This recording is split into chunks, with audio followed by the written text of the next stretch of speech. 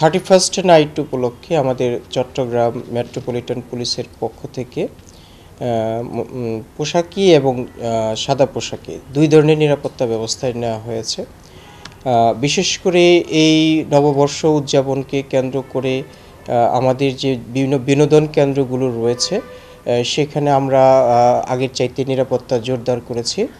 আমাদের এখানে যে পতেঙ্গা সি বিচ এবং পার্কি বিচ রয়েছে সেই জায়গাগুলোর ব্যাপারে আমাদের একটি নির্দেশনা রয়েছে। এখানে আমরা সন্ধ্যা 6টার পর পরবর্তী দিন সকাল 10টা পর্যন্ত জরুরি কোনো প্রয়োজন ছাড়া আমরা কাউকে সেখানে অ্যালাউ করব না নিরাপত্তার স্বার্থে।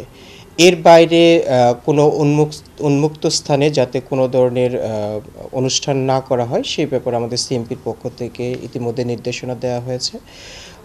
পটকা বা আতশবাজি, ফানুস উড়ানো ইত্যাদি বিষয়ের ক্ষেত্রেও আমাদের বিধিনিষেধ রয়েছে। আর বারগুলোর ব্যাপারে আমাদের একটু মনিটরিং জোরদার করা হয়েছে। ডিজে পার্টির ব্যাপারে আমাদের ইনস্ট্রাকশনস রয়েছে। সেই সাথে আমাদের পুলিশের যে নিরাপত্তা ব্যবস্থা, আমরা এখানে বিভিন্ন যে কৌশলগত গুরুত্বপূর্ণ স্থান রয়েছে সেখানে আমরা নিরাপত্তার জন্য চেকপোস্টে বসিয়েছি। তল্লাশি করা হবে, সন্দেহজনক কাউকে দেখলে আমাদের পুলিশের সদস্যরা সেখানে নিরাপত্তা তল্লাশি করবেন। এর বাইরে যাতে রাস্তার আমাদের এখানে যে এলিভেটেড এক্সপ্রেস রয়েছে বা কর্ণফুলী টানেল এরিয়া রয়েছে এই সকল জায়গাগুলোতে যাতে উচ্চস্বরে হর্ন বাজিয়ে বা বেপরোয়া গতিতে মোটরসাইকেল চালিয়ে কোনো ধরনের অনাকাঙ্ক্ষিত পরিস্থিতি সৃষ্টি না করতে পারে সেই ব্যাপারে আমাদের ট্রাফিক বিভাগ কাজ করবে। আর সার্বিক ব্যাপারে এই ইংরেজি নববর্ষকে উদযাপনের জন্য আমরা সিএমপির পক্ষ থেকে মোট 13টি নির্দেশনা দিয়েছি। আমরা আশা করছি চট্টগ্রাম মহানগরীর যে সম্মানিত নাগরিকরা রয়েছেন এই উৎসবটাকে নির্বিঘ্নে পার করতে আমাদেরকে সহযোগিতা করবেন।